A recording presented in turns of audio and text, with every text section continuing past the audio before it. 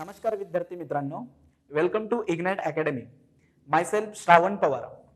विद्यार्थी मित्रांनो, मला आशा आहे की तुम्ही प्रीवियस व्हिडिओ जो आहे आपला स्ट्रक्चरल अनालिसिसचा तो पूर्ण बघितलेला असेल. आणि जर तो व्हिडिओ तुम्ही बघितलेला नसेल तर आधी तो व्हिडिओ बघून घ्या, कारण त्याच्याशी कनेक्टेड हा आपला सेकंड व्हिडिओ आहे. सो आपण प्रीवियस व्हिडिओ लेक्चरमध्ये मित्रांनो आपण ज्या गोष्टी बेसिकली डिस्कस केल्या आहेत त्या आपण बघूयात. 1-2 मिनिटं आपण त्याची एक रिव्हिजन घेऊया आणि नंतर मग रिमेनिंग पार्ट जो आहे तो आपण ह्या व्हिडिओ लेक्चरमध्ये डिस्कस करूया. सो प्रीवियस व्हिडिओ लेक्चरमध्ये आपण बघितलं की स्ट्रक्चरल अनालिसिस यामध्ये जो वर्ड आहे structure, so what is the meaning of structure हे आपण डिस्कस केलं. It is an elastic body and there is some internal resistance set up inside the elastic body due to the action of external applied force. That is the structure. आणि जर internal forces setup होत नसतील तर आपण त्याला म्हणतो mechanism और unstable structure, हे आपण डिस्कस केलं. After that what is the meaning of analysis हे आपण बघितलं. इंटरनल फोर्सेसचं नेचर फाइंड आउट करणं, त्यांची मॅग्निट्यूड फाइंड आउट करणं, स्ट्रक्चरचं रिस्पॉन्स आपण फाइंड आउट करणं, rotational response, translational response. Rotational रिस्पॉन्सला आपण स्लोप म्हणत असतो, ट्रान्सलेशनल रिस्पॉन्सला आपण त्याला डिफ्लेक्शन म्हणतो. So internal forces find out करणं, slope and deflection find out करणं, बेसिकली आपण याला काय म्हणत असतो की याला आपण अनालिसिस असं म्हणतो. आफ्टर दॅट आपण हे बघितलं की what are the basic types of the structure, what are the classification of structure. मग यामध्ये आपण basically on the basis of joint, pin jointed structure and rigid jointed structure अशा पद्धतीने आपण क्लासिफिकेशन केलं. पिन जॉइंटेड स्ट्रक्चर मध्ये जे members असतात हे फ्रिक्शनलेस पिनने कनेक्ट झालेले असतात. रिजिड जॉइंटेड स्ट्रक्चर मध्ये जे मेंबर्स असतात बेसिकली ते रिजिड जॉइंटने कनेक्ट झालेलं असतं. आणि रिजिड जॉइंट दोन मेंबर मधला जो अँगल असतो हा अँगल नेहमी काय करतो, कॉन्स्टंट ठेवत असतो. ठीक आहे. जशी आपली बिल्डिंग फ्रेम जी आहे त्याला आपण काय म्हणतो की it is an rigid jointed frame. Building frame किंवा पोर्टल फ्रेम जी आहे त्याला आपण रिजिड जॉइंटेड फ्रेम म्हणत असतो. पिन जॉइंटेड फ्रेमचं एक्झाम्पल द्यायचं म्हटलं तर ट्रस जे आहे त्यामध्ये असणारे जे मेंबर्स आहेत ते एकमेकाला फ्रिक्शनलेस पिन्सने काय करतात, कनेक्ट झालेले असतात. ठीक आहे. हे बेसिक टाइप्स आपण बघितलं. त्यानंतर आपल्या लक्षात आलं की पिन जॉइंटेड स्ट्रक्चर आणि rigid jointed structure on the basis of its dimension again आपण याचं क्लासिफिकेशन केलं. Planar structure and space structure. If the members of the structure and external loading lies in the same plane, एका plain मध्ये लाई करत असतील, so that time आपण त्याला planar structure और 2D स्ट्रक्चर असं आपण म्हणत असतो. जर ते 3D मध्ये असतील, एक्स वाय झेड असे 3 डायमेन्शन जर त्याला असतील तर आपण त्याला स्पेस स्ट्रक्चर म्हणतो. हे पण आपण डिस्कस केलं. आफ्टर दॅट आपल्या लक्षात आलं की काही स्ट्रक्चर जे असतात on the basis of their dimensions, जे डायमेन्शन्स आपण कन्सिडर करतो, काही स्ट्रक्चर मध्ये त्या इलेमेंटचे डायमेन्शन जे असतात ते एकच डायमेन्शन त्याचा कन्सिडरेबल असतो. म्हणजे जर तुम्ही बीमचं एक्झाम्पल घ्यायचं म्हटलं तर बीमची विड्थ आणि थिकनेस यांच्या कंपॅरेटिव्ह त्याची लेंथ जी आहे ही कन्सिडरेबल आहे. ठीक आहे. सो आपण अशा स्ट्रक्चरला स्केलेटल स्ट्रक्चर असं म्हणत असतो. काही स्ट्रक्चर असतात की त्यांचे 2 डायमेन्शन हे कन्सिडरेबल असतात. जसं की जर तुम्ही स्लॅबचं एक्झाम्पल घेतलं, शेल्सचं एक्झाम्पल घेतलं, फोल्डेड प्लेटचं जर तुम्ही एक्झाम्पल घेतलं तर तुमच्या लक्षात येईल की त्याची लेंथ आणि त्याची विड्थ जी आहे हे कन्सिडरेबल आहे. लेंथ आणि विड्थ ही कन्सिडरेबल आहे. थिकनेस त्याची खूप स्मॉल असते. त्यानंतर आपण बघितलं की काही मशीन फाउंडेशन्स असतात किंवा मॅसिव्ह फाउंडेशन्स असतील तर फाउंडेशन्स मध्ये 3 डायमेन्शन्स हे कन्सिडरेबल असतात. सो आपण त्याला सॉलिड स्ट्रक्चर असं म्हणत असतो. ठीक आहे. सो बेसिकली आपण ह्या ज्या सगळ्या गोष्टी आहेत ह्या आपण काय केल्यात, ह्या प्रीवियस व्हिडिओ लेक्चर मध्ये आपण डिस्कस केलेल्या आहेत. त्यानंतर खास करून आज आपण काय बघणार आहोत तर त्यानंतर आपण मेथड्स पण डिस्कस केल्यात की कोणकोणत्या मेथड्सचा आपण यूज करणार आहोत अनालिसिस करण्यासाठी. जर डिटर्मिनेट स्ट्रक्चर असेल राजांनो, if the structure is determinate, so static equilibrium equation जे आहेत जे आपण इंजिनिअरिंग मेकॅनिक्स मध्ये शिकलोय ते इंजिनिअरिंग मेकॅनिक्स मधले इक्वेशन्स आपण अप्लाय करून डिटर्मिनेट स्ट्रक्चरचं अनालिसिस आपण करू शकतो. But if the structure is indeterminate, मग ते इनडिटर्मिनेट स्ट्रक्चर काय आहे बेसिकली ते आपण बघणारच आहोत. बट स्ट्रक्चर इज इनडिटर्मिनेट तर त्यावेळेला आपल्याला इक्विलिब्रियम इक्वेशन्स तर लागतात पण त्यांच्या सोबत आपल्याला कॉम्पॅटेबिलिटी इक्वेशन सुद्धा लागत असतात. कॉम्पॅटेबिलिटी इक्वेशन म्हणजे काय आणि ते कसं बनवतात हे पण आपण बघणार आहोत. पण बेसिकली हे इक्वेशन्स बनवत असताना आपण फोर्स मेथड किंवा एनर्जी मेथड्सचा आपण यूज करत असतो किंवा डिस्प्लेसमेंट मेथड पण आहेत आपल्याकडे त्यांचा पण आपण यूज करतो. सो हा पूर्ण इंट्रोडक्टरी पार्ट जो होता वो आपण प्रीवियस व्हिडिओ लेक्चर मध्ये आपण बघितलेला आहे. आज आपण खास करून बघणार आहोत की कोणकोणत्या प्रकारच्या आपल्याकडे स्टॅटिक इक्विलिब्रियम इक्वेशन्स अवेलेबल आहेत. त्यानंतर आपण बघणार आहोत की स्ट्रक्चरला जे सपोर्ट असतात, जे रिस्ट्रेन असतात, ते सपोर्ट कोणकोणत्या प्रकारचे असणार, बेसिक सपोर्ट, आणि त्यांच्याकडनं कुठल्या प्रकारच्या रिएक्शन्स ह्या दिल्या जातील स्ट्रक्चरला, हे आपण डिस्कस करणार आहोत. त्यानंतर डिटर्मिनेट स्ट्रक्चर म्हणजे काय, इनडिटर्मिनेट स्ट्रक्चर म्हणजे काय, आणि स्ट्रक्चर जर इनडिटर्मिनेट असेल तर त्यामध्ये स्टॅटिक डिग्री ऑफ इनडिटर्मिनन्सी कशी फाइंड आउट करायची, की जी एक्झाम पॉइंट ऑफ व्ह्यू खूप इम्पॉर्टंट असते, हे पण आपण आजच्या व्हिडिओ लेक्चरमध्ये डिस्कस करणार आहोत. तर विद्यार्थी मित्रांनो, आपण स्टार्ट करूया की what are the equilibrium equations available for our structure. So लक्षात असू द्या, इक्विलिब्रियमचा मिनिंग काय बेसिकली आपण ते पण बघूया.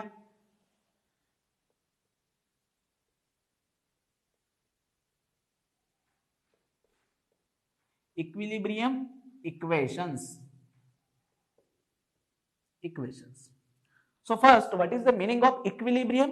इक्विलिब्रियम कधी असतो, आपण म्हणतो की एखादी बॉडी इक्विलिब्रियम मध्ये आहे, म्हणजे असं काय मिनिंग, जेवढेही एक्सटर्नल फोर्सेस त्या बॉडीवर ऍक्ट करत असतील त्यांचा resultant force and their resultant moment is equal to 0. म्हणजे एखाद्या सिस्टीमवर जर एखाद्या बॉडीवर नंबर ऑफ फोर्सेस ऍक्ट करत असतील तर त्या फोर्सेसचा येणारा रिझल्टंट आणि त्या फोर्सेसमुळे येणारं रिझल्टंट मोमेंट हे काय असतं मित्रांनो, 0 असतो. सो त्यावेळेला आपण त्याला काय म्हणत असतो की the body is in equilibrium conditions. म्हणजे रिझल्टंट फोर्सेस पण नाहीये आणि कोणत्या प्रकारचं रिझल्टंट मोमेंट पण नाहीये त्याच्यावर. सो ती बॉडी कशात आहे, इक्विलिब्रियम मध्ये आहे. सो बेसिकली आपल्याकडे जे स्ट्रक्चर आहे, pin jointed structure, then rigid jointed structure, यांना आपण क्लासिफाय केलंय on the basis of dimensions, 2D structure and 3D structure. जर विद्यार्थी मित्रांनो आपलं स्ट्रक्चर जर 2D असेल, प्लेन स्ट्रक्चर,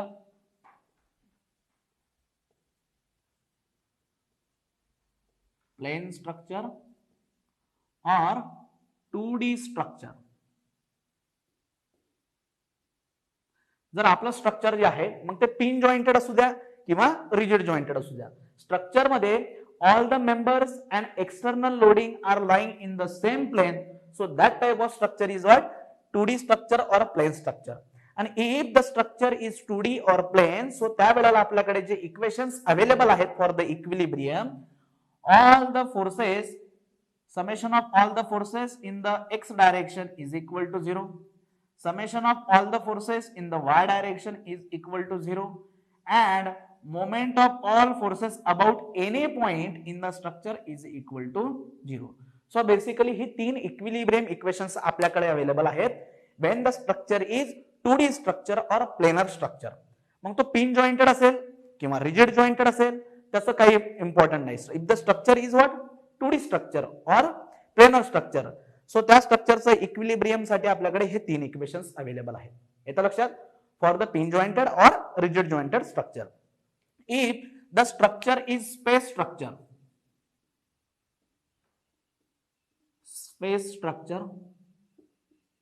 और 3D structure, so space structure और 3D स्ट्रक्चरच्या याचा इक्विलिब्रियम साठी आपल्याकडे टोटल नंबर ऑफ इक्वेशन्स कोणकोणते आहेत ते बघूया. सो लक्ष द्या, जेव्हाही आपण 2D चा विचार करत असतो, सो 2D मध्ये और प्लेनर स्ट्रक्चर मध्ये 2 बेसिक ऍक्सिस असतात. बघा लक्ष द्या, so this is your X axis and this vertical axis is your Y axis. So 2 dimensions असतात. But when we are studying the structure in 3D, so 3D मध्ये जर आपल्याला स्ट्रक्चरचा study करायचा असेल तर आपल्याकडे किती ऍक्सिस असतील, x, Y and z axis. So this is our x axis, this vertical axis is y axis and this is our z axis. येतं लक्षात. सो हॉरिझॉन्टल ऍक्सिस जो आहे that is our x axis, जो axis vertical आहे that is the y axis, and this z axis is what, हा z axis जो आहे हा अशा पद्धतीने आहे, it is perpendicular to this plane of x and y. X and y ला हा परपेंडिक्युलर ऍक्सिस आहे ज्याला मी प्लेन मध्ये अशा पद्धतीने दाखवलाय. सो बेसिकली 3D मध्ये हे 3 डायमेन्शन्स असतात. तर लक्षात असू द्या, for the equilibrium of 3D system आपल्याला कोणकोणत्या गोष्टी कन्सिडर कराव्या लागतात ते लक्ष द्या. All the forces in x direction, summation of all the forces in x direction is equal to 0, summation of all the forces in the y direction is equal to 0, summation of all the forces in the z direction is equal to 0. Forces, ठीक आहे. So summation of all the forces in x direction, Y direction and Z direction. X direction मध्ये असणाऱ्या सगळ्या फोर्सेसची algebraic सम 0 पाहिजे. Y डायरेक्शनला parallel असणारे और along the y direction असणारे सगळे फोर्सेस जे आहेत त्यांची अल्जेब्राइक सम 0 आली पाहिजे. And along the z direction algebraic sum of all the forces should be equal to 0. And along with this summation of moment about x axis is equal to 0. Summation of moment of all the forces about y axis is equal to 0, and summation of moment of all the forces about the z axis is equal to 0. So these are the equilibrium equations available for the space structure or 3D structure. So there are total 6 number of equations, and if your structure is planar structure और 2D structure तर त्यासाठी आपल्याकडे किती equations available आहेत? इक्विलिब्रियमचे 3 equations आपल्याकडे available आहेत. येतं लक्षात तुम्हाला? लक्षात असू द्या, x axis along the x axis असणाऱ्या सगळ्या फोर्सेसची अल्जेब्राइक सम 0 पाहिजे. अलॉंग वाय ऍक्सिस असणाऱ्या सगळ्या फोर्सेसची अल्जेब्राइक सम 0 असली पाहिजे. म्हणजे याच्यावरनं माझ्या काय लक्षात येते की रिझल्टंट फोर्स जो आहे सिस्टीम वरती तो आपला 0 असला पाहिजे. and the resultant moment should be equal to 0 for the equilibrium of the structure. ठीक आहे. सो प्लेनर स्ट्रक्चर साठी या 3 कंडिशन ज्या आहेत बेसिकली ह्या लक्षात असू द्या. If the structure is space structure और 3D स्ट्रक्चर तर त्यावेळेला आपल्याकडे या 6 कंडिशन ज्या आहेत इक्विलिब्रियमच्या मित्रांनो ह्या अवेलेबल आहेत. या कंडिशन व्यवस्थितपणे नोट डाऊन करा, कारण यांचा आपल्याला खूप फायदा होणार आहे पुढे डिटर्मिनेट स्ट्रक्चर आणि इनडिटर्मिनेट स्ट्रक्चर डिफाइन करण्यासाठी. बरोबर. सो त्यामुळे ह्या इक्विलिब्रियम कंडिशन ज्या आहेत आपल्याकडे equilibrium equations they are very important for us, आणि हे व्यवस्थित नोट डाऊन तुम्ही करा. एकदा का आपले इक्विलिब्रियम इक्वेशन्स तुम्हालाच लक्षात आल्यानंतर आपण जो नेक्स्ट टॉपिक आहे तो डिस्कस करणार आहोत. That are the supports. कोणकोणते बेसिक सपोर्ट्स जे आहेत ते आपण डिस्कस करूया आणि त्यांच्या सपोर्ट रिएक्शन्स काय आहेत आपण ते पण बघूया. ठीक आहे. So these are the equilibrium equations for the 2D structure for the 3D structure. मग ते स्ट्रक्चर पिन जॉइंटेड असू द्या का रिजिड जॉइंटेड असू द्या, पण ते प्लेनर असेल तर 3 इक्वेशन्स अवेलेबल आहेत, आणि जर ते स्पेस स्ट्रक्चर असेल तर आपल्याकडे 6 इक्वेशन्स आपल्याकडे अवेलेबल आहेत. ठीक आहे. आफ्टर दिस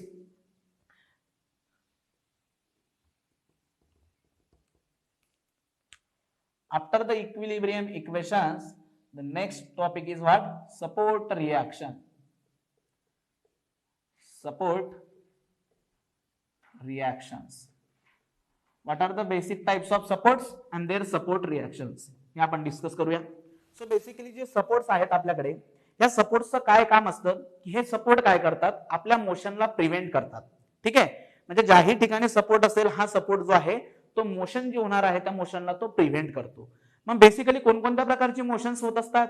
सो मोशन्स होते, एक तर ट्रान्सलेटरी मोशन असेल, motion along the x axis, motion along the y axis or motion along the z axis if the structure is 3D structure. ठीक है, or in the 3 dimension.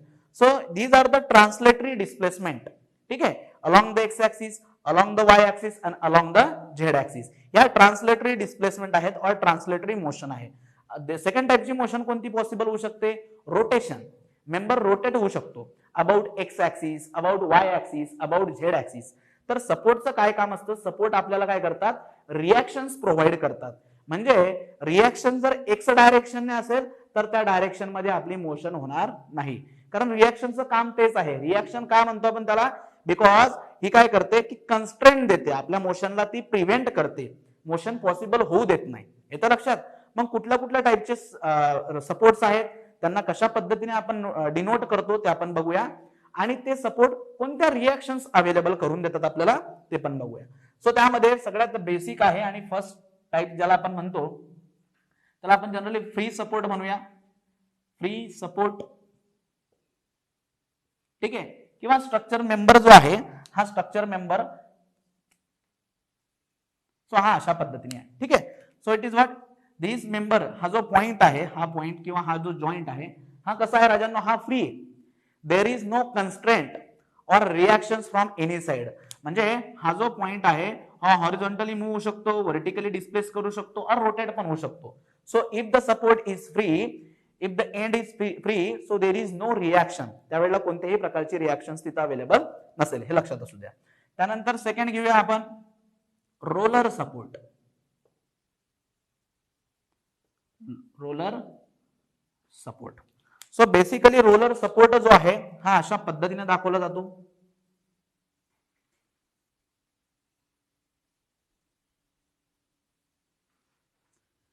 This is the symbolic representation of roller support. So this is what it is the roller support. और काही books मध्ये तुम्हाला अशाही पद्धतीने roller support जो आहे तो बघायला मिळेल. So this is also a roller support. ठीक आहे. सो मित्रांनो हा काय आहे आपला रोलर सपोर्ट आहे. This is also a roller support. मग हा रोलर सपोर्ट जर असेल आपल्या एंडला तर हा किती प्रकारच्या रिएक्शन्स आपल्याला देतो ते बघूया. सो रोलर सपोर्टचं बेसिकली काम काय आहे तर हा रोलर सपोर्ट जो आहे these are the bearings, ball bearings आहेत. सो या बॉल बेरिंग्स कोणत्या डायरेक्शन्स मध्ये अवेलेबल आहेत in the direction of X axis. तो याची मोशन जी आहे एक्स डायरेक्शन मध्ये सहज याची मोशन्स होईल. So there is a motion in x direction. मग मोशन पॉसिबल आहे ना, मग रिॲक्शन असेल का रे तिथं नाही. जर मोशन माझी एक्स ऍक्सिसच्या अलॉंग होते तर मग त्या मोशनला जो प्रिव्हेंट करणारा कंपोनंट असतो ज्याला आपण रिॲक्शन म्हणतो तो रिॲक्शन येईल का इथं नाही येणार. सो रोलर सपोर्ट जर असेल सो हा रोलर सपोर्ट काय करतो आपल्याला एक मोशन्स देतो in the direction of ball bearing.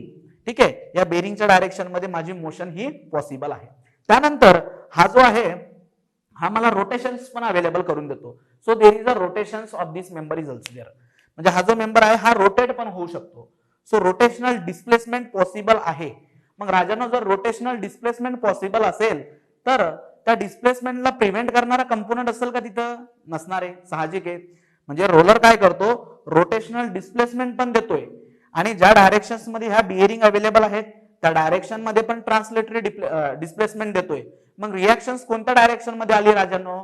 So roller support gives the reaction which is perpendicular to the plane of roller. So रोलरचा प्लेन कोणता आहे एक्स प्लेन आहे. सो त्याला परपेंडिक्युलर रिॲक्शन्स कोण देत असतो रोलर सपोर्ट देत असतो. येतं लक्षात.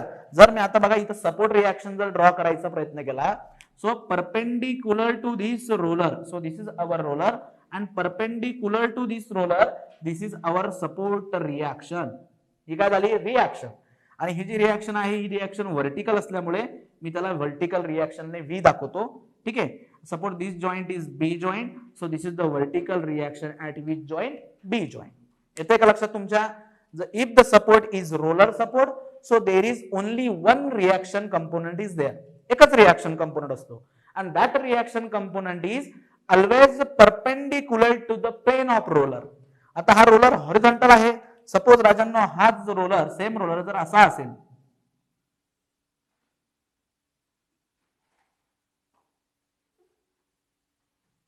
दिस is what. So now the ball bearings ज्या पण बॉल बेरिंग्स इथं अवेलेबल आहेत ह्या बॉल बेरिंग्स कशात आता या व्हर्टिकल प्लेन मध्ये आहे. येतं लक्षात तुम्हाला. Then what is the direction of reactions it is then roller support. Roller support असेल तर हा रोटेशन्स पॉसिबल करतो. Then translatory displacement in the direction of ball bearing. So Y direction किंवा व्हर्टिकल डायरेक्शन मध्ये इथं मोशन होते मग reaction आहे का त्या डायरेक्शन मध्ये नाहीये. So always for the roller support reaction is perpendicular to the plane of ball bearing or plane of roller. मग हा रोलर जो आहे तो व्हर्टिकल आहे. So perpendicular to that. So this is what this is the reaction. Now this reaction is what it is the horizontal reaction. सो आपण त्याला reaction in the horizontal direction अशाही पद्धतीने आपण त्याला डिनोट करतो.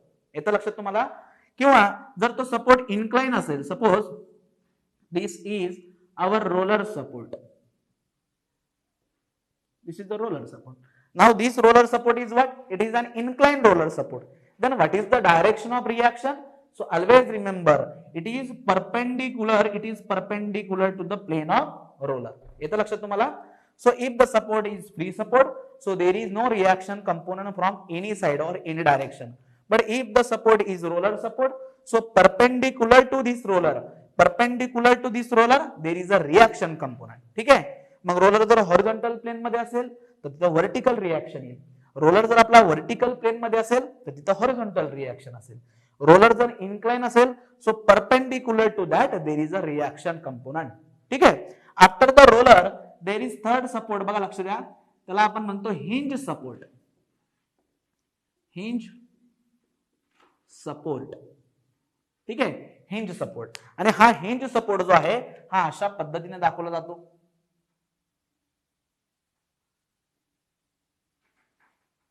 Suppose this joint is B joint and this is our hinge support. Basically बघा हे हिंज सपोर्ट जर तुम्हाला प्रॅक्टिकल एक्झाम्पल हवं असेल आणि बऱ्यापैकी हे जे सपोर्ट्स आहेत these are the common supports. Daily life मध्ये तुम्ही भरपूर ठिकाणी हे सपोर्ट्स बघत असतात. ठीक आहे.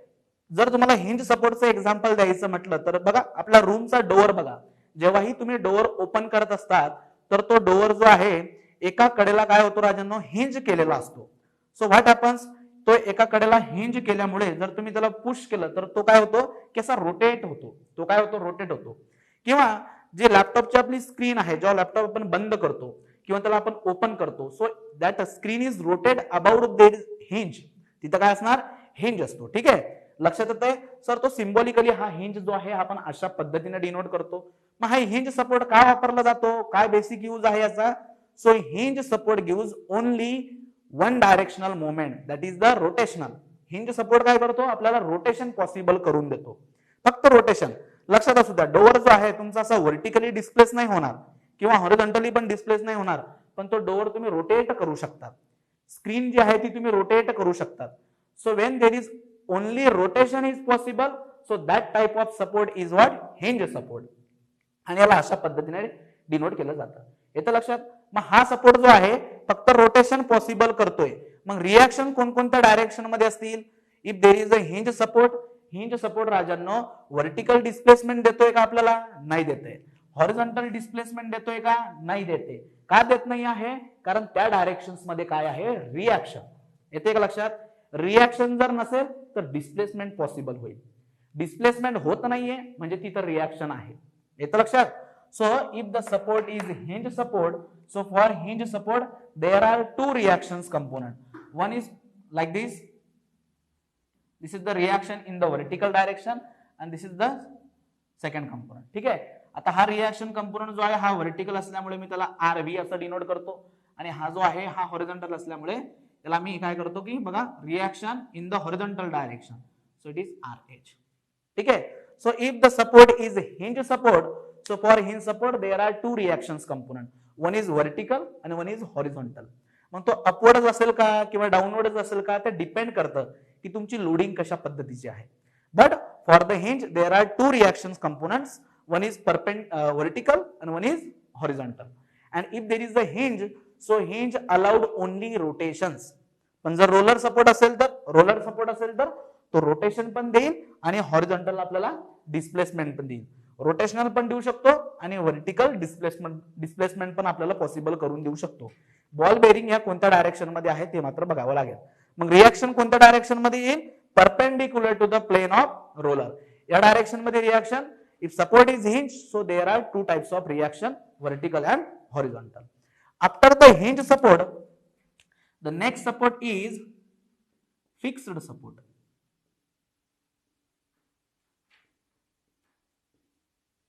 Fixed support. आणि हा फिक्स सपोर्ट जो आहे हा सिम्बॉलिकली अशा पद्धतीने दाखवला जातो मित्रांनो बघा. So this is what it is an fix support. Fix support बघा, जेव्हा आपण कॉलम्स आणि बीम्स हे एकमेकांमध्ये आपण त्याला मोनोलिथिकली जेव्हा कास्ट करतो, जेव्हा कॉलमचे रेन्फोर्समेंट आणि बीमचे रेन्फोर्समेंट आणि नंतर आपण कॉन्क्रीट पोर करतो, so there is a joint, आणि तो जॉईंट जो असतो that is the fix joint. येतं लक्षात? त्या जॉईंटला आपण काय कन्सिडर करतो? It is an fix joint. येतोय? मग हा जो फिक्स सपोर्ट आहे किंवा हा जो फिक्स जॉईंट आहे, सो किती प्रकारच्या रिएक्शन्स तो आपल्याला अवेलेबल करून देतो? So if the joint is fix, so there is no moment in any direction. कुठल्याही प्रकारची हालचाल तो होऊ देत नाही. म्हणजे काय? व्हर्टिकल डिस्प्लेसमेंट तो देणार नाही. There is no vertical displacement. So if there is no vertical displacement, so there is a reaction in the vertical direction. So this is the reaction in vertical direction. There is no horizontal displacement. Horizontal displacement होत नाहीये कारण तिथं reaction आहे.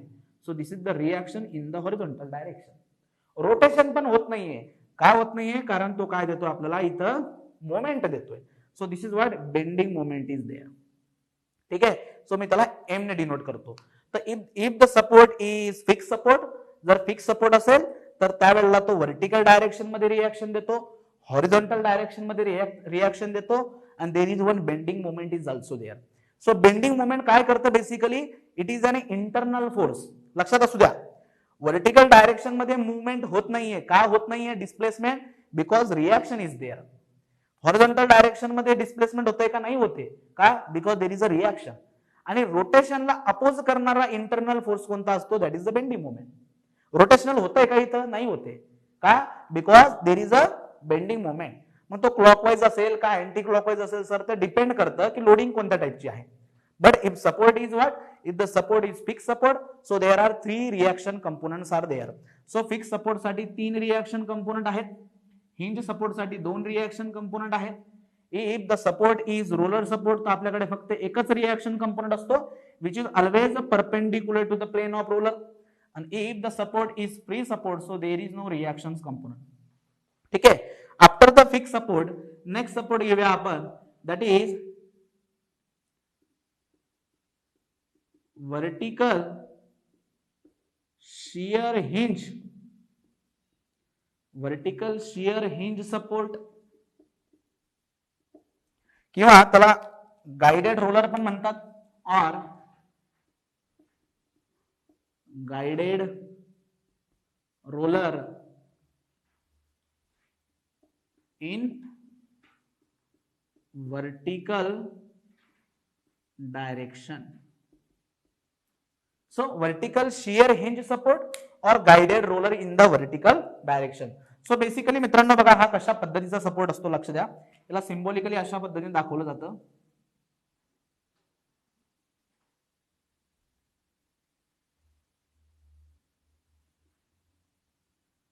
So this support is what? It is vertical shear hinge support. याला काय म्हटलं जातं?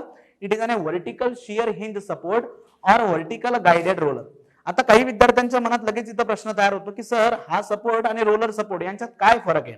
लक्षात असू द्या, याला सिंबॉलिकली आपण अशा पद्धतीने दाखवतो आणि रोलर सपोर्टला असं दाखवतो. आता या दोघांमध्ये बेसिक डिफरन्स काय आपण तो पण समजून घेऊया. रोलर सपोर्ट फक्त एकच रिएक्शन देतो, which is perpendicular to the plane of roller.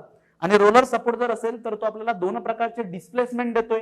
एक डिस्प्लेसमेंट रोलरच्या डायरेक्शन मध्ये आणि दुसरं डिस्प्लेसमेंट रोटेशनल आपल्याला देतोय, पण रिएक्शन एकच देतोय, हे लक्षात असू द्या. आता हा सपोर्ट काय आहे? ऍक्च्युअल मध्ये हा फिक्स सपोर्ट आहे. This is what, it is an fix support. हा फिक्स सपोर्ट आहे.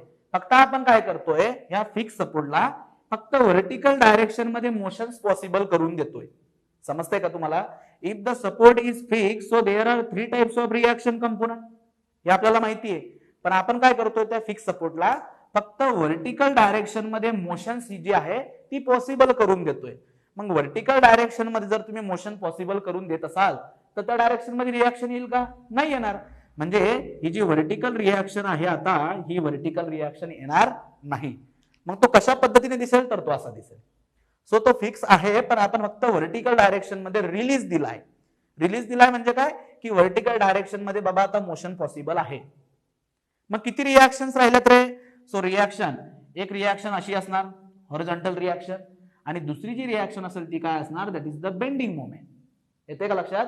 If there is a vertical guided roller और vertical shear hinge is there, so that time there is a reaction in the horizontal direction and second reaction is what? It is a bending moment. So there are 2 types of reactions are there. समजला आता basic फरक कळला लक्षात तुम्हाला?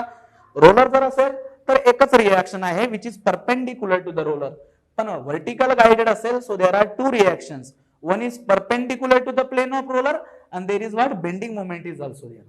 म्हणजे हा rotation possible करून देतो, पण हा सपोर्ट आपल्याला रोटेशन देत नाही. येते का लक्षात? Because there is a bending moment which prevent the rotation. आणि हा जो सपोर्ट आहे हा ऍज अ सपोर्ट म्हणून पण यूज करता येतो आणि स्ट्रक्चर मध्ये फोर्स रिलीज म्हणून पण यूज करता येतो आपल्याला, जे आपण पुढे शिकणारच आहोत. हा जो व्हर्टिकल गाइडेड रोलर आहे तो आपण फोर्स रिलीज म्हणून पण वापरता येतो आपल्याला. ठीक आहे, ते आपण नंतर बघूया. पण if the support is vertical guided roller और vertical shear hinge is there, so there are 2 reactions components. ठीक आहे. After this next support is horizontal shear hinge. Horizontal shear hinge.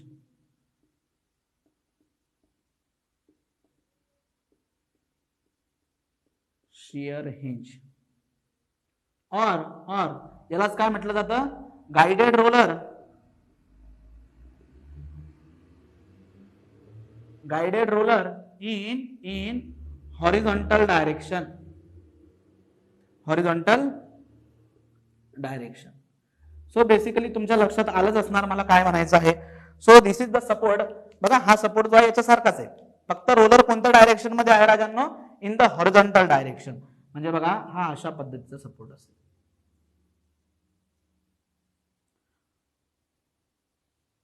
हा अशा पद्धतीचा हा सपोर्ट असणार. येतं लक्षात. So what happens, actually it is an fix support, पण आपण काय करतोय फक्त एका डायरेक्शन मध्ये मोशन जी आहे ती पॉसिबल करून देतोय. जर ती मोशन मला हॉरिझॉन्टल डायरेक्शन मध्ये पॉसिबल करून द्यायची असेल तर मी हॉरिझॉन्टल डायरेक्शन मध्ये काय करेल, बॉल बेअरिंग टाकेल आणि त्याला आपण काय म्हणणार, हॉरिझॉन्टल शियर हिंज. येतं लक्षात. आणि जर व्हर्टिकल डायरेक्शन मध्ये मला मोशन पाहिजे असेल तर व्हर्टिकल डायरेक्शन मध्ये अशा पद्धतीचं मी लुब्रिकेंट म्हणा किंवा बॉल बेअरिंग्स मी टाकेल आणि व्हर्टिकल डायरेक्शन मध्ये मोशन्स माझी पॉसिबल होईल. आणि व्हर्टिकल डायरेक्शन मध्ये जर मोशन पॉसिबल आहे तर त्या डायरेक्शन मध्ये रिॲक्शन येणारच नाही. ठीक आहे.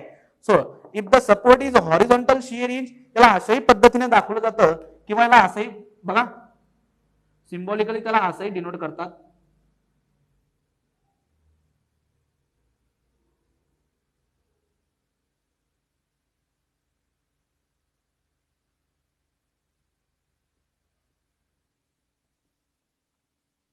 बघा. So again it is an horizontal shear hinge because there is a horizontal motion only is there. ठीक आहे. फक्त हॉरिझॉन्टल मोशन जे आहे तिथं पॉसिबल आहे. याला डॅम्पर सपोर्ट असंही म्हटलं जातं. दिस इज अन डॅम्पर सपोर्ट. पण ह्या दोघांचं काय काम आहे, दोघांचं काय काम आहे, it gives an only motion in one direction, that is the horizontal direction. मग रिॲक्शन कंपोनंट किती असतील सर, मग always one reaction is perpendicular to the direction of roller, plane of roller, and there is second is what, bending moment. So this is what, it is a vertical reaction in vertical direction and bending moment is there. ठीक आहे. Again it is similar to this, horizontal direction मध्ये माझी motion possible आहे. So एक reaction component येईल vertical direction मध्ये आणि दुसरं काय असणार राजानो, there is a bending moment. So this is the reaction component in vertical direction and this is our bending moment. So if there is a vertical guided roller or a horizontal guided roller, so there are two types of reaction component. There are two types of reaction component. But फक्त roller support असेल तर symbolically त्याला आपण अशा पद्धतीने denote करतो आणि reaction component किती असणार, वन रिॲक्शन कंपोनंट असणार. सो बेसिकली असे हे टाइपचे सपोर्ट्स असतात. सो आपण 6 सपोर्ट्स बघितले. आणखी यानंतर स्प्रिंग सपोर्ट पण असतो जो आपण इकडे बघूया. सो 7 नंबरचा सपोर्ट आपण बघून घेऊ last, that is the spring support. Spring support आणि हा जो स्प्रिंग सपोर्ट आहे हा अशा पद्धतीने आपण डिनोट करतो. लक्ष द्या, स्प्रिंग सपोर्ट. आता काही विद्यार्थी असं लक्षात घेतील की सर स्प्रिंग जी आहे खाली बॉटमला फिक्स केली, बट जरी ती बॉटमला फिक्स केली असेल बट स्प्रिंग जी असते राजांनो फक्त एकाच डायरेक्शन मध्ये लोड घेऊ शकते. बघा ही डायरेक्शन जी आहे ही स्प्रिंगची डायरेक्शन आहे. जर मी वरतून काही लोड याच्यावर जर पुट केला तर तोच लोड ते घेऊ शकेल. पण जर मी हॉरिझॉन्टल डायरेक्शन मध्ये म्हणा किंवा रोटेशन देण्याचा प्रयत्न केला तर त्या डायरेक्शन मध्ये ती रिॲक्शन देणार नाही. So if there is a spring, so always spring gives only one reaction which is along the spring. So this is the reaction along the spring. So this is the reaction. So if the spring support is there, so it gives only one reaction and which is along the spring. जर spring हा अशा पद्धतीचा असेल, लक्ष द्या, अशा पद्धतीचा हा स्प्रिंग असेल, then what is the direction of reaction? So this is the direction of reaction. Always it is along the spring. So basically राजांनो हे 7 टाइपचे सपोर्ट्स आहेत आपले आणि त्या सपोर्टचं वर्क आणि त्यांच्याकडनं येणारी सपोर्ट रिॲक्शन्स हे पण खूप इम्पॉर्टंट आहे.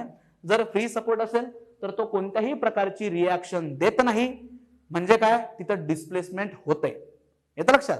रोलर सपोर्ट जो आहे फक्त एकच रिॲक्शन देतो आणि ज्या डायरेक्शन मध्ये रिॲक्शन देतोय त्या डायरेक्शन मध्ये डिस्प्लेसमेंट होणार नाही, पण उरलेले जे 2 डायरेक्शन्स आहेत त्यांच्यामध्ये मात्र डिस्प्लेसमेंट होईल. म्हणजे बघा इथं जर व्हर्टिकल डायरेक्शन मध्ये रिॲक्शन असेल तर फक्त व्हर्टिकल डायरेक्शनला डिस्प्लेसमेंट माझं होणार नाही, कारण रिॲक्शनचं काय काम आहे, रिॲक्शन काय करतं, डिस्प्लेसमेंट होऊ देत नाही. येते का लक्षात. So if the vertical reaction is there, so there is no displacement in vertical direction. मग कोणत्या 2 डिस्प्लेसमेंट आहेत, हॉरिझॉन्टल डिस्प्लेसमेंट आणि रोटेशनल डिस्प्लेसमेंट. येतं लक्षात. So there are 2 types of displacement and 1 type of reaction. Free मध्ये 3 types of displacements are there, vertical displacement, horizontal displacement, rotational displacement, आणि reaction कोणतीच नाहीये. हिंज सपोर्टचा जर विचार केला, सो हिंज डिव्हाइस जो आहे हा आपण एक इंटरनल फोर्स 0 करण्यासाठी वापरत असतो. If the support hinge support is there, तर हा काय करतो, फक्त रोटेशन्स अलाउड करतो, पण 2 डायरेक्शन्स मध्ये मोशन होत नाही. व्हर्टिकल डायरेक्शन मध्ये मोशन होणार नाही, हॉरिझॉन्टल डायरेक्शन मध्ये मोशन होणार नाही, because it gives and two reaction component. One is in vertical direction आणि एक आहे ती हॉरिझॉन्टल डायरेक्शन मध्ये. मग ह्या दोन रिॲक्शन कंपोनंट काय करतात, त्या रिस्पेक्टिव्ह डायरेक्शन मध्ये मोशन घडून देऊ, मोशन जे आहे त्याला प्रिव्हेंट करतात. येते लक्षात. सो एकच डिस्प्लेसमेंट पॉसिबल आहे, that is the rotational displacement. आणि किती रिॲक्शन्स आहेत, दोन रिॲक्शन्स. ठीक आहे. फिक्स सपोर्ट मध्ये जाऊया. सो फिक्स सपोर्ट हा बेसिकली कोणत्याही प्रकारचं डिस्प्लेसमेंट होऊ देत नाही. म्हणजे प्रत्येक डायरेक्शन मध्ये इतर रिॲक्शन आहे, व्हर्टिकल मध्ये पण आहे, हॉरिझॉन्टल मध्ये पण आहे, आणि moment is the reaction which prevents the rotation. So there are three types of reaction component for the fixed support. After the fixed support, there is a vertical shear hinge support or guided roller in the vertical plane. So याचं काय काम आहे, फक्त हा एक internal force जो आहे तो झिरो करतो. इंटरनल फोर्स म्हणजे काय राजांनो, एक रिॲक्शन तो झिरो करतोय. कोणत्या डायरेक्शनची रिॲक्शन झिरो करतोय, व्हर्टिकल डायरेक्शनची. मग रिॲक्शन जर झिरो झाली तर त्या डायरेक्शन मध्ये काय पॉसिबल होईल, मोशन पॉसिबल होईल. ठीक आहे. आणि मग किती रिॲक्शन्स राहिले, तिथं दोन रिॲक्शन्स राहिले आहेत. या दोन डायरेक्शन मध्ये मोशन होणार नाही. If there is a horizontal shear hinge और guided roller in the horizontal direction, so symbolically आपण याला असं दाखवतो आणि these are the reaction component. आणि हा अशाही पद्धतीने दाखवता येतो. याला डॅम्पर असं म्हटलं जातं, डॅम्पर सपोर्ट. आणि बेसिकली हे जे दोन सपोर्ट आहेत यांना आपण इंटरनल फोर्सेस रिलीज करण्यासाठी पण वापरत असतो. मेंबर मध्ये जे इंटरनल फोर्सेस डेव्हलप झालेले असतात, जे आपण प्रीवियस व्हिडिओ लेक्चर मध्ये डिस्कस केलं बघा, axial force, shear force, bending moment, twisting moment, these are the internal forces develop inside the structure due to the application of external load. ठीक आहे. So त्यावेळेला आपल्याला जर एखादा इंटरनल फोर्स रिलीज करायचा असेल, झिरो करायचा असेल, तर त्यावेळेला ह्या दोघं सपोर्टचा तिथं यूज करता येतो आपल्याला. आणि the last support is what, it is an spring support. जर स्प्रिंग सपोर्ट असेल, सो स्प्रिंग सपोर्ट बेस जरी त्याचा फिक्स दिसत असला तर हा लोड एकाच डायरेक्शन मध्ये घेतो. एका डायरेक्शन मध्ये फोर्स घेतोय म्हणजे काय, एकाच डायरेक्शन मध्ये तो रिॲक्शन्स पण देतोय. बरोबर. आणि ती कोणते डायरेक्शन असणार, along the direction of spring. ठीक आहे. सो बेसिकली मित्रांनो हे असे 6 टाईपचे सपोर्ट्स आहेत. हे व्यवस्थितपणे नोट डाऊन करा. त्यांच्या रिस्पेक्टिव्ह रिॲक्शन्स पण नोट डाऊन करा. प्रिव्हियस टॉपिक मध्ये आपण इक्विलिब्रियम इक्वेशन्स बघितलं आणि ह्या झाल्यात आपल्या सपोर्ट रिॲक्शन. ठीक आहे. यानंतरचा नेक्स्ट पॉइंट घेऊया आपण की डिटर्मिनेट स्ट्रक्चर कशाला म्हणायचं आणि इनडिटर्मिनेट स्ट्रक्चर कशाला म्हणायचं. ठीक आहे. सो ह्या गोष्टी व्यवस्थित नोट डाऊन करा. नेक्स्ट घेऊया आपण आफ्टर सपोर्ट रिॲक्शन. आपण नेक्स्ट टॉपिक घेऊया डिटर्मिनेट स्ट्रक्चर and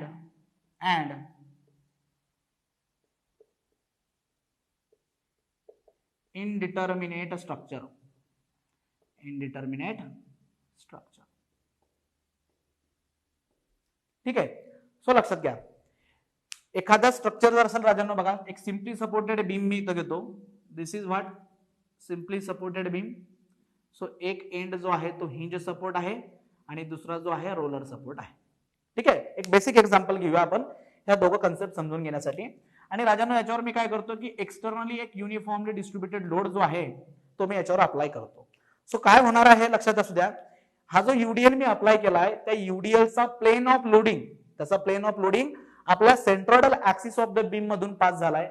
मग कोणत्या प्रकारचे इंटरनल फोर्सेस डेव्हलप होतील, बघा आपण प्रीवियस व्हिडिओ लेक्चर मध्ये डिस्कस केलाय की when the plane of loading is passing through the centroidal axis of the structure, so that time shear force, bending moment, ठीक आहे, and axial force. So these are the internal forces developed inside the member. ठीक आहे. And if the plane of loading is away from the centroidal axis, so along with there is a twisting moment is also there. ठीक आहे. हे आपण basically बघितलं आहे last video lecture मध्ये. So these are what, axial force, shear force and bending moment. These are the unknown ones. आपल्याला यांच्या value माहिती आहेत का, नाही माहिती. यांच्या व्हॅल्यू आपल्याला आता माहिती आहे का. ठीक आहे. यांच्या व्हॅल्यू की किती अमाऊंट मध्ये ऍक्सियल फोर्स डेव्हलप होईल, किती अमाऊंट मध्ये शियर फोर्स डेव्हलप होईल, किंवा बेंडिंग मोमेंटचा अमाऊंट किती असेल हे आपल्याला माहिती नाही. तर ह्या ज्या आहेत आपल्यासाठी काय आहेत, अननोन्स आहेत. ठीक आहे. नंतर हे जे सपोर्ट्स मी इथे यूज केले, तर हा कुठला सपोर्ट आहे, हा राजांनो हा आपला हिंज सपोर्ट आहे. So if the support is hinge, so हे काय करतील, हिंज सपोर्ट एक व्हर्टिकल रिॲक्शन देतो आणि एक हॉरिझॉन्टल रिॲक्शन देतो. So this is the reaction in vertical direction and this is the reaction in horizontal direction. हा रोलर आहे, so it gives the vertical reaction because roller horizontal आहे. So this is what it is, the vertical reaction. येते का लक्षात तुम्हाला? मग ह्याच्या reactions आहेत, रिॲक्शन्स फ्रॉम द सपोर्ट्स, हे आपल्याला माहिती आहे का राजांनो? नाही. किती रिॲक्शन्स आहेत, ह्या रिॲक्शनची मॅग्निट्यूड काय आहे आपल्याला माहिती का? नाही माहिती. म्हणजे ह्या रिॲक्शन्स परत आपल्यासाठी काय झाल्यात? अननोन झाल्या. येते का लक्षात? So reactions from the supports and internal forces develop inside the member. So these are what? These are the unknowns for us. हे काय आहेत? अननोन्स आहेत. आणि यांच्या व्हॅल्यूज फाइंड आउट करणं म्हणजे अनालिसिस करणं. येते का लक्षात? यांच्या सगळ्या व्हॅल्यू फाइंड आउट करणं म्हणजेच काय राजांनो? अनालिसिस करणं. मग आता डिटर्मिनेट स्ट्रक्चर आपल्याला कशाला म्हणायचंय? की हे जे अननोन्स आहेत ना रे, हे अननोन्स, मग ते सपोर्ट रिॲक्शन्स असतील किंवा इंटरनल फोर्सेस असतील, जर हे अननोन्स आपल्याकडे जे इक्वेशन्स अवेलेबल आहेत, कोणते equations? Equations of static equilibrium. येते का लक्षात तुम्हाला?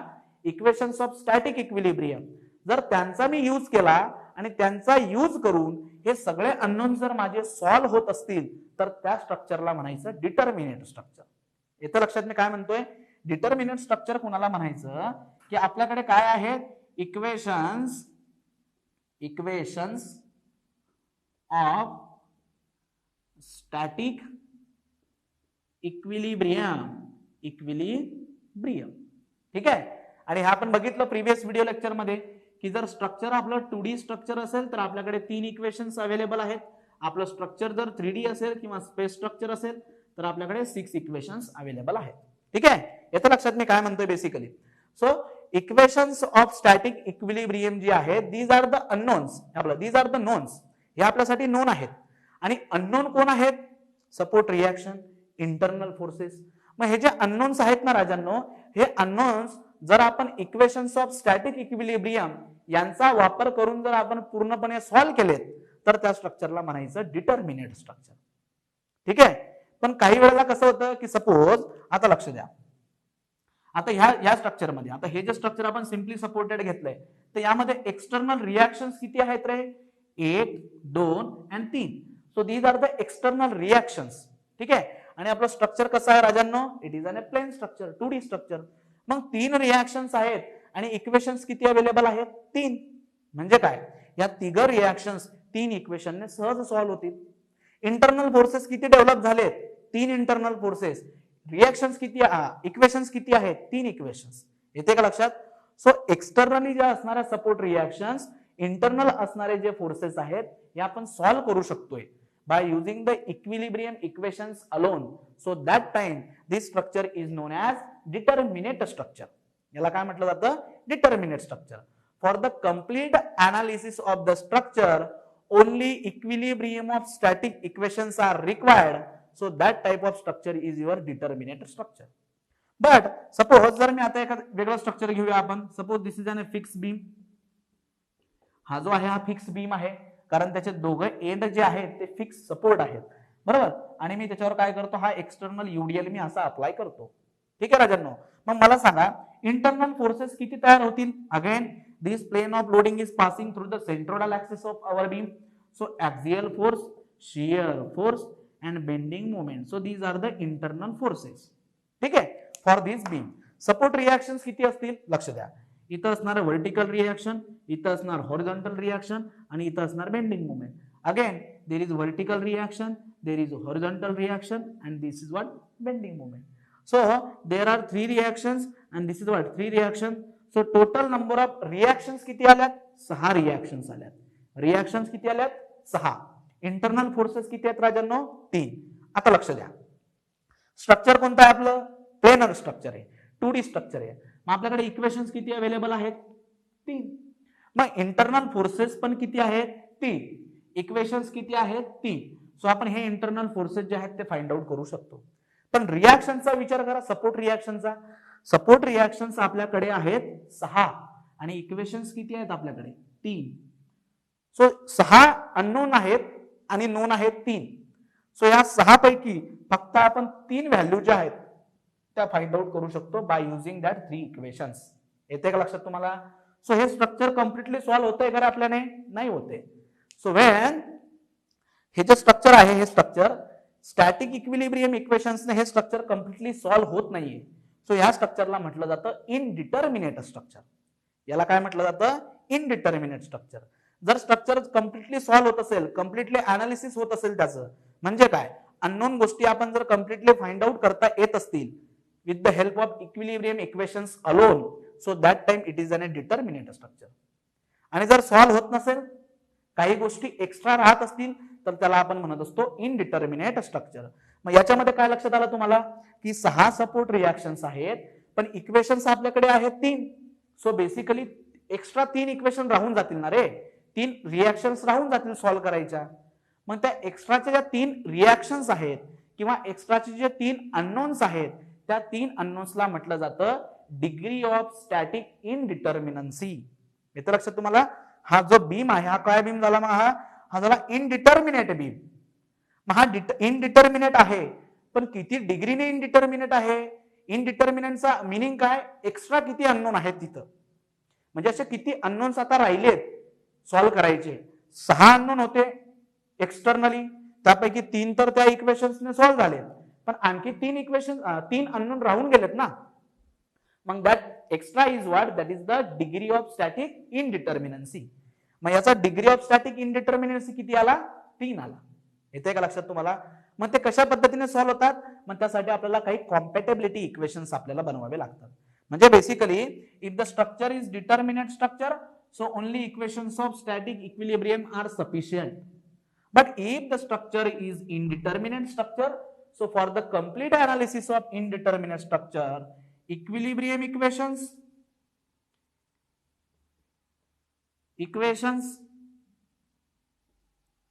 plus compatibility equations.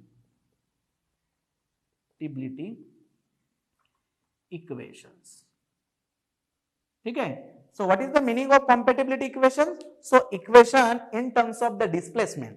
हे जे इक्वेशन्स असतात ते आपण डिस्प्लेसमेंटच्या फॉर्म मध्ये, मग ते रोटेशनल डिस्प्लेसमेंट असतील किंवा ट्रान्सलेटरी डिस्प्लेसमेंट असेल, त्या डिस्प्लेसमेंटच्या फॉर्म मध्ये आपण त्यांना कन्वर्ट करतो by using various method. That equations are the compatibility equations. So compatibility equations and equilibrium equations या दोघांच्या मदतीने आपण इनडिटर्मिनेट स्ट्रक्चरचं कंप्लीट अनालिसिस करत असतो. येते का लक्षात तुम्हाला. If the structure is determinate, only equilibrium of static equilibrium equations are sufficient.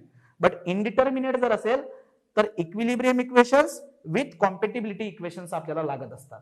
येते लक्षात. आणि तो किती डिग्रीने मात्र तो इनडिटर्मिनेट आहे हे पण आपल्याला फाइंड आउट करावं लागतं. यानंतरचा आपला तोच इम्पॉर्टंट टॉपिक आहे की डिग्री ऑफ स्टॅटिक इनडिटर्मिनन्सी. किती डिग्री ऑफ स्टॅटिक इनडिटर्मिनन्सी आहे ते आपल्याला काढायला शिकायचं आहे फॉर द इनडिटर्मिनेट स्ट्रक्चर. पण डिटर्मिनेट स्ट्रक्चरला किती असेल बरं का डिग्री ऑफ स्टॅटिक इनडिटर्मिनन्सी, 0. इनडिटर्मिनन्सीचं मिनिंग काय, एक्स्ट्रा किती अननोन आहेत यांचा यूज तर केला गेलाय, या 3 इक्वेशनचा फॉर 2D स्ट्रक्चर यांचा यूज केला गेलाय, पण किती अननोन्स आणखी राहिलेत दॅट आर एक्स्ट्रा, आणि त्याला म्हटलं जातं रिडंडन्सी ऑर इनडिटर्मिनन्सी. येतं लक्षात तुम्हाला. मग हे कॉम्पॅटिबिलिटी इक्वेशन्स कशा पद्धतीने बनवलं जातं त्याचं एक छोटंसं एक्झाम्पल मी तुम्हाला देतो. लक्ष द्या. सपोज माझ्याकडे एक बीम आहे, प्रॉप कॅन्टिलिव्हर बीम सपोज. म्हणजे तुम्हाला लक्षात येईल की कशा पद्धतीने हे आपण जे कॉम्पॅटिबिलिटी इक्वेशन्स आहेत हे पुढे आपण बनवणार आहोत. Suppose this is what, if the one support is fix आणि सेकंड सपोर्ट जो आहे that is only simply supported one. ठीक आहे. हा अशा पद्धतीने. आणि व्हॉट आपण there is a uniformly distributed load of magnitude W per metre, आणि याचा स्पॅन लेंथ आहे तो किती आहे L. ठीक आहे. This support is A and this support is B. This support is B. Again same question की कोणकोणत्या गोष्टी अननोन आहेत इथं. हा फिक्स सपोर्ट असल्यामुळे इथं आहे 3 रिएक्शन. हा जो आहे हा दिलाय बघा, हा सिंपल सपोर्ट आहे, एकच रिएक्शन देतोय तो म्हणजे रोलर असेल तिथं. हा झाला 1. सो राजांना टोटल रिएक्शन्स किती आल्या तर आपल्याकडे आधी आपण एक्सटर्नली विचार करू, नंतर मग आपण इंटरनल फोर्सेसचा पण विचार करूया. एक्सटर्नली आपल्याकडे किती रिएक्शन्स आहेत, 4 रिएक्शन्स. ठीक आहे. इक्वेशन्स किती अवेलेबल आहेत, 3. सो 3 रिएक्शन्स मी हा सहज सॉल्व्ह करू शकतो. पण what about this extra, so this is what it is the degree of static indeterminacy. ठीक आहे. और डिग्री ऑफ स्टॅटिक रिडंडन्सी पण याला म्हटलं जातं. आणि हा एक्स्ट्रा जो आहे हा आता मी कसा सॉल्व्ह करेल बघा, कशा पद्धतीने मी कॉम्पॅटिबिलिटी इक्वेशन बनवतो. Equation in terms of displacement आपण त्याला म्हणू शकतो. सपोज लक्ष द्या, याला मी 2 बीम मध्ये याला मी स्प्लिट करतो. सो हा अशा पद्धतीने स्प्लिट होऊ शकतो. So this is what it is an cantilever beam plus बघा हा अशा पद्धतीचा हा बीम झाला. हा अशा पद्धतीने मी दोन बीम मध्ये याला मी काय करतो स्प्लिट करतोय. ठीक आहे. आणि या दोघांचं जर मी सुपर इम्पोज केलं तर मला हा बीम परत भेटतोय. What about this loading, this is the W per metre. Span length किती आहे, हा एल. हा जो आहे it is the reaction, vertical reaction. So आपण याला म्हणूया reaction in the vertical direction RV. ठीक आहे. स्पॅन लेंथ किती आहे L. Now use the displacement equations. मग मला सांगा राजांनो, जर युनिफॉर्मली डिस्ट्रीब्युटेड लोड जर कॅन्टिलिव्हर वर ऍक्ट होत असेल, सो याचं डिस्प्लेसमेंट किती असेल रे. What is the maximum displacement. This maximum displacement is what, it is WL⁴ divided by 8 EI. So this is the amount of displacement in the downward direction due to the application of this uniformly distributed load. Now for this beam, this is what, this reaction is like a point load at the free end. And what is the amount of displacement due to this? So याच्यामुळे जे displacement होईल हे displacement वरच्या direction मध्ये असेल आणि this is the amount of displacement. आणि त्याची व्हॅल्यू किती असेल राजांनो. RV is the load, RV is the load, L² divided by 3 times EI. So this is the amount of displacement due to this reaction in the upward direction, and this is the amount of displacement in the downward direction. But ज्या वेळेला मी या दोघांना superimpose करतो, so now there is a reactions. आणि reactions काय करते, there is no vertical displacement. म्हणजे थोडक्यात होतं काय की डाऊनवर्ड डिस्प्लेसमेंट आणि अपवर्ड डिस्प्लेसमेंट हे दोघं काय असले पाहिजे, इक्वल. तेव्हाच ते एकमेकाला कॅन्सल करतील आणि इथं डिस्प्लेसमेंट घडणार नाही. Because there is a prop नाव. मग आपण काय करतो की सिम्पली हे जे दोन आहेत यांना आपण कम्पेअर करतो. WL⁴ divided by 8 times EI is equal to RV L³ divided by 3 EI. आणि मला माहिती आहे राजांनो, बघा एक्सटर्नल लोड किती आहे तो आपल्याला माहिती आहे, लेंथ किती आहे आपल्याला ती माहिती आहे. EI is the flexural rigidity, already it is given. Unknown कोण होता आपला, हा रिएक्शन्स कंपोनेंट आपला अननोन होता. कारण फिक्स एंडला असणारे तिघ जे आहेत, तिघ अननोन, ते मी इक्विलिब्रियम इक्वेशनचा वापर करून सॉल्व्ह करू शकतो. मला फक्त एक एक्स्ट्रा इक्वेशनची गरज आहे जे मी डिस्प्लेसमेंटचा वापर करून बनवलंय. आणि लक्ष द्या, दिस EI गेट कॅन्सल. इथला L³ इथला L³ म्हणजे इथे एक L राहील. हा 3 जर मी इकडे घेऊन आलो, 3/8 W into L, this is the value of vertical reaction at B support. ठीक आहे. सो अशा पद्धतीने हा जो अननोन्स आहे, हा अननोन आपण काय करू शकतो, फाइंड आउट करू शकतो. So this is the unknown RV. So this equation is what, हे मी दोन डिस्प्लेसमेंट इक्वेशनला कम्पेअर करून राहिलेला जो अननोन आहे तो मी फाइंड आउट केला. So this is what, it is the compatibility equations. मग बेसिकली लक्षात काय ठेवायचं तुम्हाला आता, की डिटर्मिनेट स्ट्रक्चर जर असेल तर कोणत्या स्ट्रक्चरला डिटर्मिनेट म्हणायचंय, त्याचं कम्प्लीट अनालिसिस करण्यासाठी इक्विलिब्रियम ऑफ स्टॅटिक इक्वेशन, बघा equations of static equilibriums are sufficient. पण इनडिटर्मिनेट कोणाला म्हणायचंय, की त्यामध्ये काही गोष्टी एक्स्ट्रा राहून जातात. म्हणजे इक्वेशनचा वापर तर करायचा आहे मला, इक्विलिब्रियम इक्वेशनचा वापर तर मला करायचा आहे, पण यांचा वापर करून पण काही अननोन्स जे आहेत ते एक्स्ट्राचे राहून जातात आणि त्यांना म्हटलं जातं डिग्री ऑफ स्टॅटिक इनडिटर्मिनन्सी. जे आपण नेक्स्ट व्हिडिओ लेक्चरमध्ये कम्प्लीट डिटेल्स मध्ये बघूया की डिग्री ऑफ स्टॅटिक इनडिटर्मिनन्सी म्हणजे किती फोर्सेस जे आहेत किंवा किती अननोन हे एक्स्ट्रा आहेत ते कशा पद्धतीने काढायला शिकायचं आपल्याला, हे नेक्स्ट व्हिडिओ लेक्चर मध्ये बघूया. आताच्या व्हिडिओ लेक्चर मध्ये ज्या गोष्टी झालेल्या आहेत त्या व्यवस्थितपणे नोट डाऊन करा. मला आशा आहे की तुम्हाला ह्या सगळ्या गोष्टी व्यवस्थित समजलेल्या असतील. जरी काही डाऊट असेल तर तुम्ही माझ्याशी संपर्क साधू शकतात, मी तो डाऊट तुमचा क्लिअर करेल. नेक्स्ट व्हिडिओ मध्ये लवकरच भेटूया. थँक्यू.